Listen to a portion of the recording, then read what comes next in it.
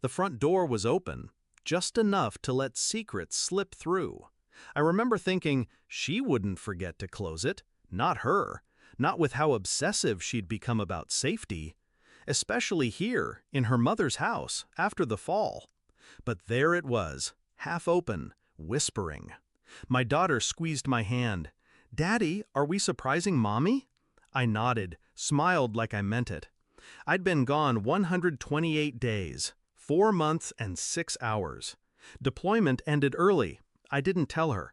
I wanted to surprise her, reignite something dulled by time and distance. We stepped inside.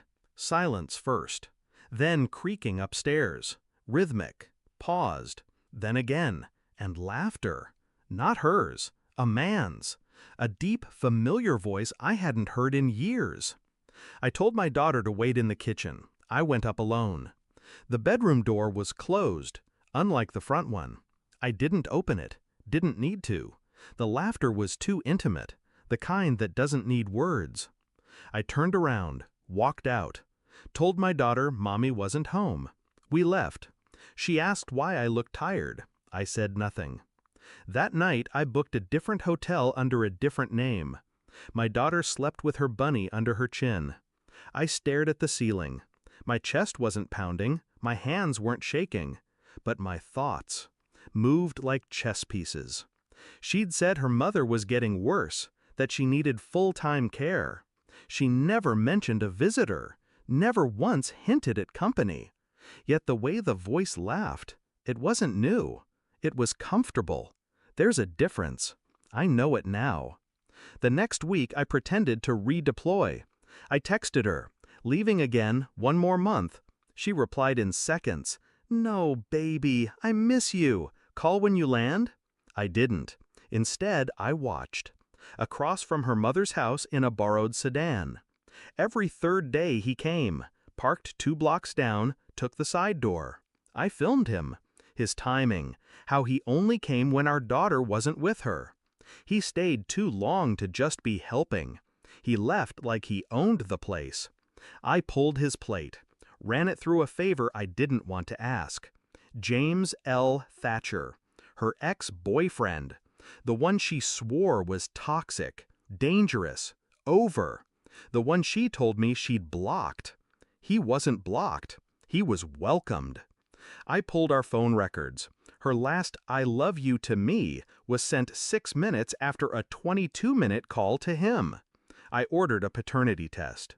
Not because I didn't trust my daughter, because I needed to know how deep the lie went. It arrived 2 days later. I opened the envelope slowly, not out of fear, just certainty. 99.99% probability. She was mine. Good. Because what I planned next needed to be surgical. I walked into the house with the report in my hand. She looked startled. "You said you were away."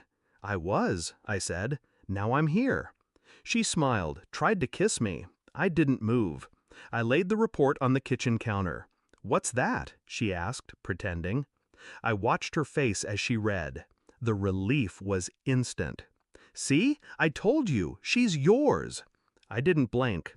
"I know," I said. Then I placed the second envelope beside it. Photos, logs, voice recordings, and one printout of her call to him, made during our daughter's birthday. Her breath hitched. She reached out. I stepped back. I didn't yell, didn't raise a fist or voice. I just said one sentence. "I've filed for custody. Full." She laughed at first. "You can't do that. I'm her mother."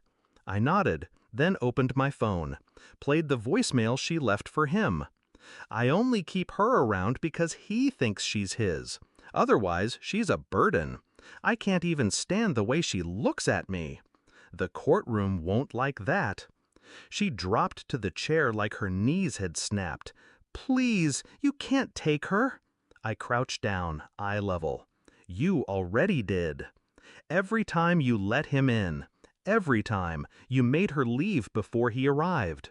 You made her feel like an inconvenience." She cried. I smiled. Soft, cruel. "You never locked the door because you didn't think I'd come home." I left without another word. My daughter sleeps easier now. She doesn't flinch when she hears doors open. She hums more, eats more. She still asks about her mom.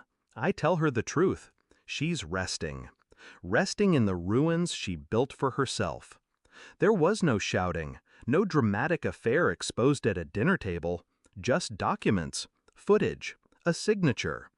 The final time I saw my wife was in court, pale, defeated. The judge asked if I wanted supervised visitation rights for her. I declined. Not out of spite, out of mercy. Some people don't deserve to watch what they tried to destroy grow into something whole. She broke herself. All I did was hand her the mirror and walk away clean.